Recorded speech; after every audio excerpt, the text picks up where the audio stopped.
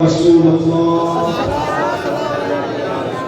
الصلاة والسلام علیکہ یا نبی اللہ الصلاة والسلام علیکہ یا حبیب اللہ وعلا آلکہ واصحابکہ یا نور اللہ صلی اللہ تعالی علیہ وسلم۔ جو تیرا طفل ہے کامل ہے یا غوث، جو تیرا طفل ہے کامل ہے یا غوث، تو پہلی دار کا واسم ہے یا غوث، تیرا ذرہ مہ کامل ہے یا غوث، تیرا قطرہ مہ سائل ہے یا غوث، تیرا قطرہ یہ سائل ہے یا غوث، تو اپنے وقت کا صدیق اکبر ولی و حیدر و عادل ہے یا غوث، ہزاروں تابعی سے تو فضوتر یہ طبقہ مجھ بلند فاضل ہے یا غوث۔ وہ کیا جانے گا فضل مرتضیٰ کو جو تیرے فضل کا جاہل ہے یا غوث۔ ہمارا خاتمہ بالخیر ہوگا تیری رحمت اگر شامل ہے یا غوث۔ آج کی محفل پنڈوا شریف کی سرزمین پر حضور پرنور مرشد مخدوم حضرت پیر سیدی علاؤاللہ پنڈوی رحمۃ اللہ علیہ کے دیار میں ہم سب عرس حضور اشرف الاولیاء کی محفل میں حاضر ہیں۔ تھوڑی دیر کے لیے میں حاضر ہوں، اس لیے کہ مجھے جانا ہے، اس لیے کوئی طویل گفتگو کرنے کی بجائے حضور اشرف الاولیاء کی بارگاہ میں خراج عقیدت پیش کر کے جلدی آپ سے اجازت چاہوں گا۔ حضور اشرف الاولیاء رحمۃ اللہ تعالی علیہ اللہ رب العزت کے ایسے برگزیدہ بندے ہیں کہ جن کے بارے میں ہم آج بن کر کے یہ کہہ سکتے ہیں کہ وہ پیدائشی ولی ہے۔ اس کی وجہ یہ ہے کہ مجدد نیت ماضیہ امام اہل سنت نے حضور غوث پاک کے لیے یوں عرض کیا کہ جو تیرا طفل ہے کامل ہے یا غوث، جو آپ کا بچہ ہے وہ پیدائشی طور پر کامل ہے، اور لوگوں کو کامل ہونے کے لیے پیدا ہونے کے بعد محنت کرنی پڑتی ہے، لیکن غوث پاک کے گھر میں پیدا ہونے والا بچہ پیدائشی کامل ہوگا، اور وہ حضور غوث پاک خاندان اشرفیہ وہ ہے جہاں غوث اعظم اور غوث العالم یہ دونوں سمندر مرج البحرین کے طور پر یکساں ملتے نظر آتے ہیں، اور اشرف الاولیاء اسی مرج البحرین کے در مکنون ہیں جن کو ہم آنکھ بند کر کے کہہ سکتے ہیں کہ وہ پیدائشی ولی ہیں۔ میں اپنی گفتگو کو اب کسی اور طرف لے جانے کی بجائے حضور غوث العظم دستگیر شیخ عبدالقادر جیلانی رضی اللہ تعالیٰ عنہ نے ایک ولی کی 12 صفت کو بیان فرمایا۔ ولی کون ہوتا ہے؟ ولی کسے کہتے ہیں؟ بس 10 سے 12 منٹ میں اپنی بات پوری کروں گا، آپ ولی کی پہچان آپ کو مل جائے گی، آسانی کے ساتھ آپ پہچان سکیں گے کہ ولی کس کو کہتے ہیں۔ سرکار غوث اعظم جو ولایت تقسیم کرتے ہیں، جن کے در سے جن کے گھر سے ولایت تقسیم ہوتی ہے، وہ ارشاد فرماتے ہیں جب تک انسان میں 12 صفات پیدا نہ ہو جائے اس وقت تک وہ اللہ کا ولی نہیں ہو سکتا۔ نمازی بن جائے، روزے دار بن جائے، ذاکر بن جائے، پہاڑوں میں مجاہدہ کرے، جب تک 12 صفات کا حامل نہیں ہوگا اس وقت تک وہ ولی نہیں ہوگا۔ آسان 12 صفات سرکار غوث پاک فرماتے ہیں اللہ اپنی 2 صفات کا اس کو مظہر بناتا ہے، وہ اللہ کی 2 صفات کا مظہر ہوتا ہے، وہ رسول اللہ کی 2 صفات کا مظہر ہوتا ہے، وہ صدیق اکبر کی 2 صفات کا مظہر ہوتا ہے، وہ فاروق اعظم کی 2 صفات کا مظہر ہوتا ہے، وہ عثمان غنی کی 2 صفات کا مظہر ہوتا ہے، وہ مولا علی کی 2 صفات کا مظہر ہوتا ہے۔ غوث پاک نے رسول اللہ کے بعد اور خدا کے بعد چاروں خلفائے راشدین کی صفات کا مظہر اس کو قرار دیا۔ اس سے پتہ چلا نہ لفظی ولی ہو سکتا ہے نہ ناسبی ولی ہو سکتا ہے، ولایت اگر کہیں ہوتی تو صرف اور صرف پیور اہل سنت و جماعت کے پاس ہو، اس لیے کہ ناسبی کے دل میں مولا علی کے لیے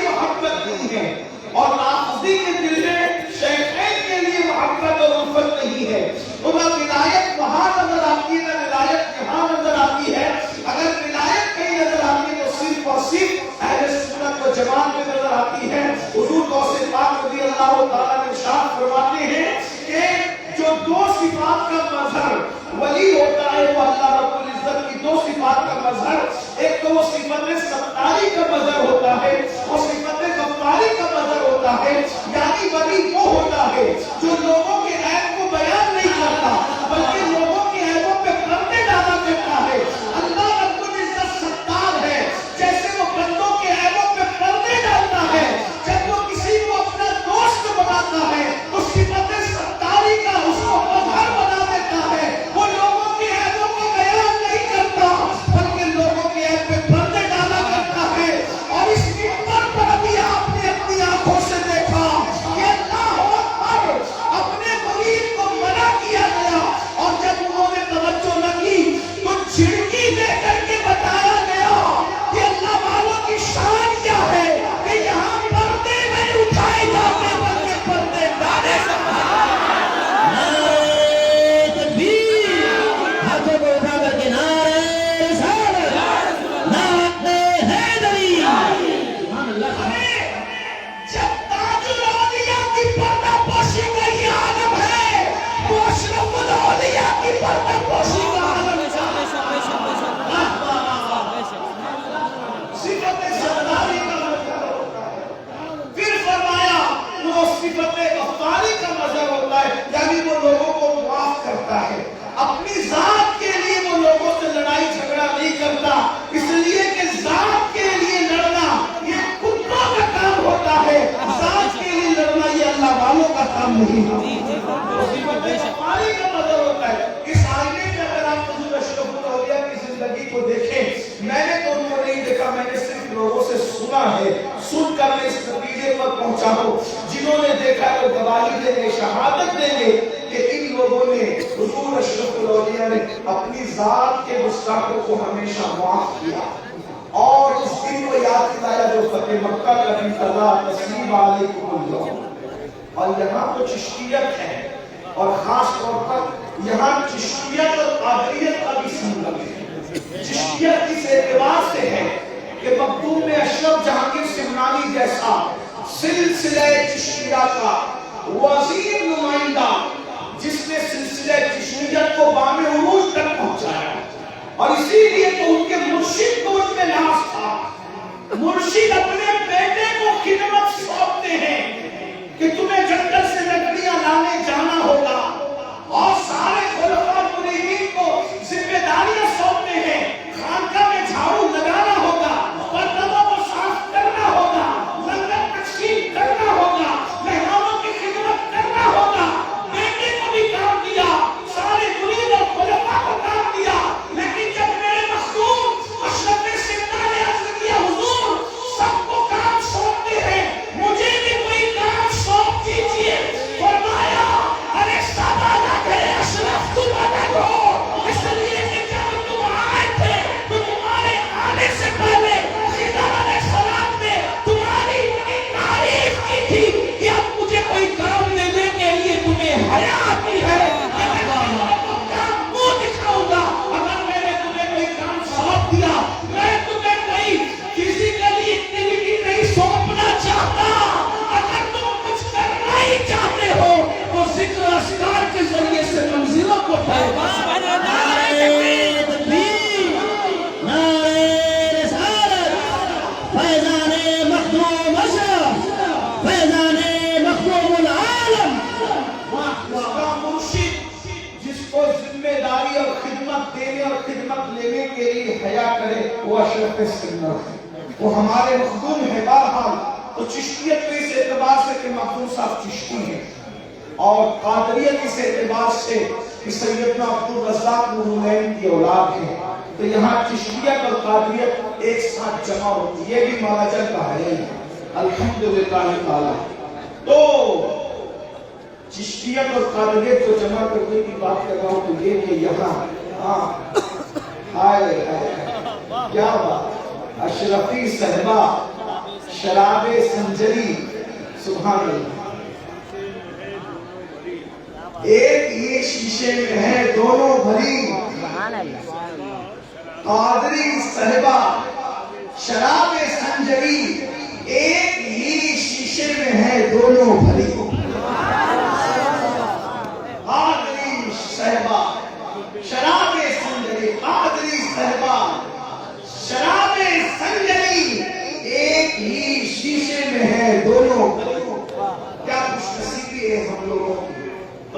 احمدیت اور چشتیت جب ملی ہوئی ہے تو دونوں میں اب بات کیا ہے؟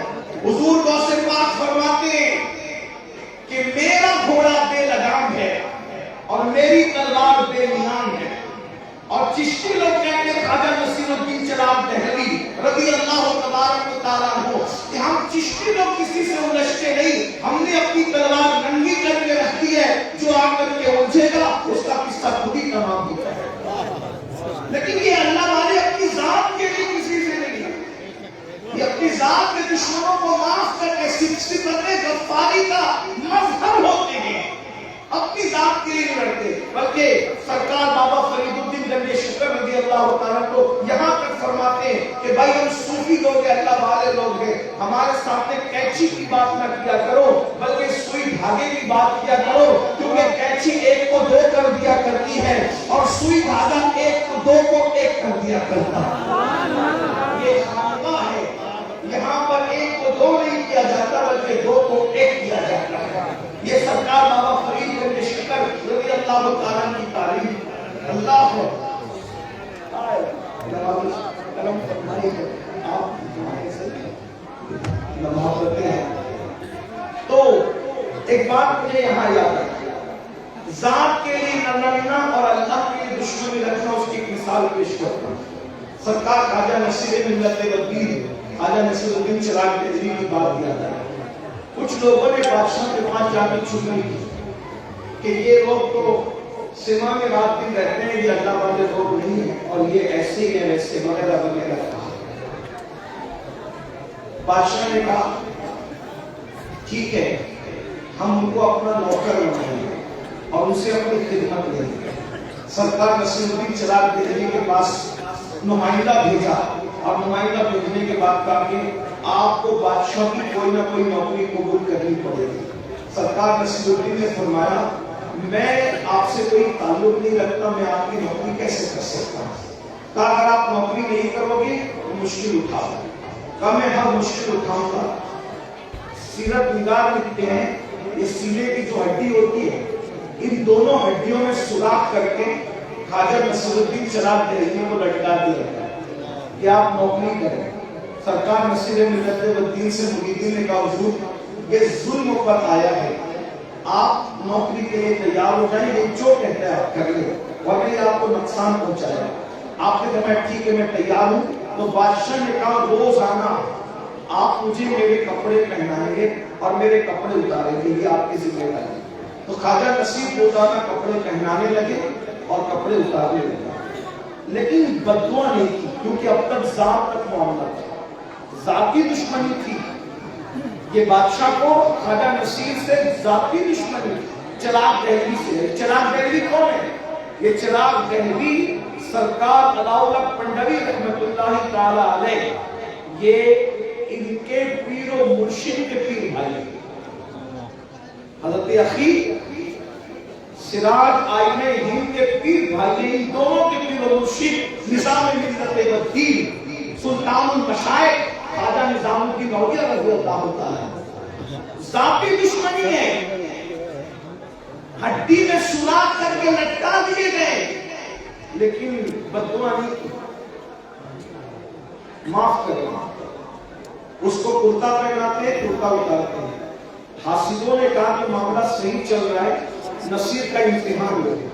ایک دن بادشاہ کو تاخیر سے لائے اور اتنے لیٹ لائے کہ خواجہ نصیر الدین چراغ دہلوی کی نماز عصر قضا ہونے کے قریب آئی۔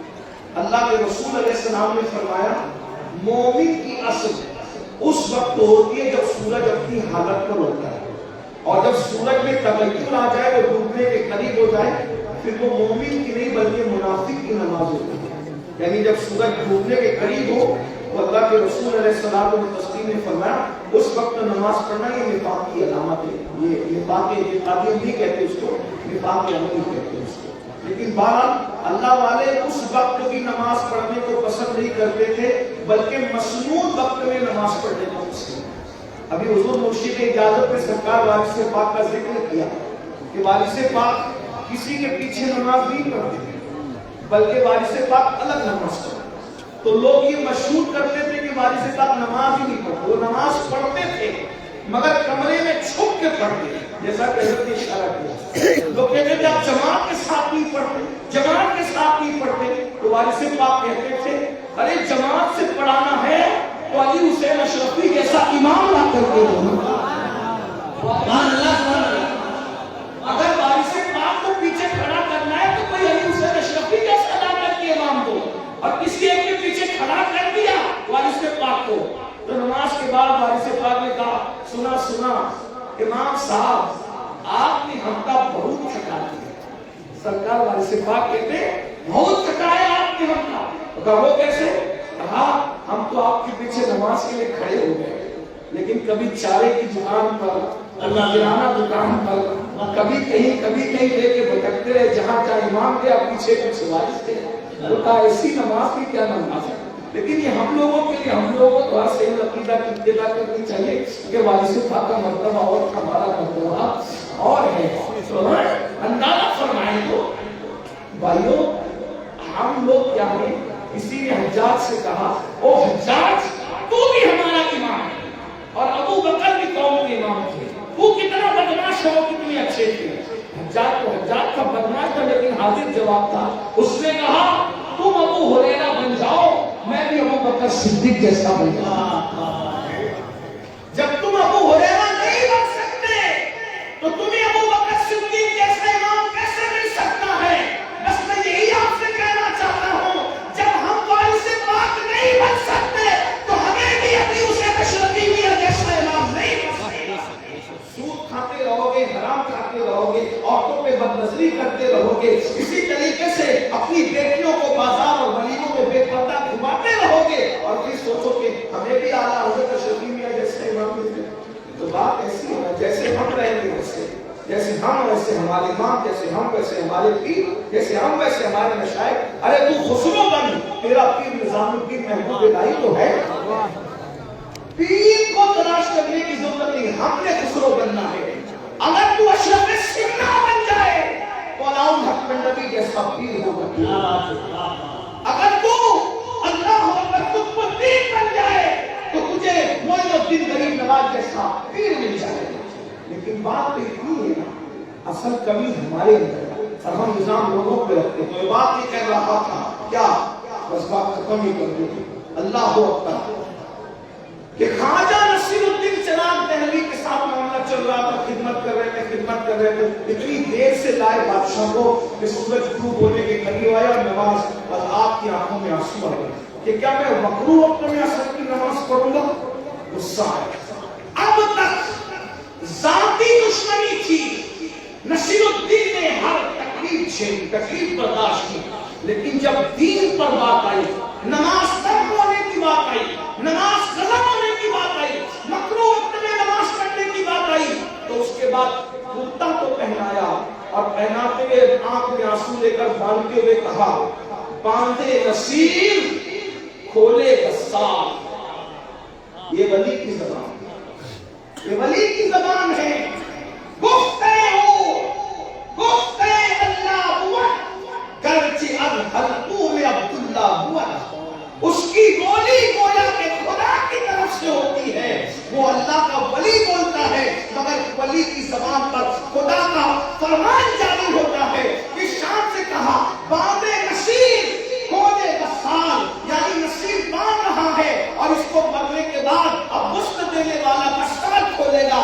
دنیا نے دیکھا آج کے سورج کے بعد کل کا سورج غروب نہیں ہوا اور بادشاہ مر گیا، اس کی روح پرواز کر گئی، اس لیے کہ اب جان کی دشمنی کی بات نہیں تھی، اب اسلام کی دشمنی کی بات تھی۔ تو اللہ کا ولی وہ ہوتا ہے تو صفت ستاری اور صفت غفاری کا مظہر ہوتا ہے، وہ نہ عیب کھولتا ہے اور نہ ذاتی دشمنی کرنے والوں سے بدلہ لیتا ہے۔ دو صفات اس میں رسول اللہ کی ہوتی ہے، ایک صفت یہ کہ رسول اللہ رفیق ہے امت پر اور شفیق ہے امت پر، تو جو اللہ کا ولی ہوتا ہے وہ رسول اللہ کی امت پر رفیق بھی ہوتا ہے اور شفیق بھی ہوتا ہے، یعنی اس کے اندر چڑچڑا پن نہیں ہوتا، وہ لوگوں کو ڈانٹتا نہیں، وہ لوگوں کو گالیاں نہیں دیتا، وہ لوگوں کو جھڑکتا نہیں، وہ امیر اور غریب کے فرق نہیں کرتا۔ رسول اللہ کی محفل میں جہاں صدیق اکبر جیسے مالدار کو پہلو میں جگہ ملتی تھی، وہیں پر بلال جیسے غریب کو بھی پہلو میں جگہ ملتی تھی، اس آنے نبی جیسے کو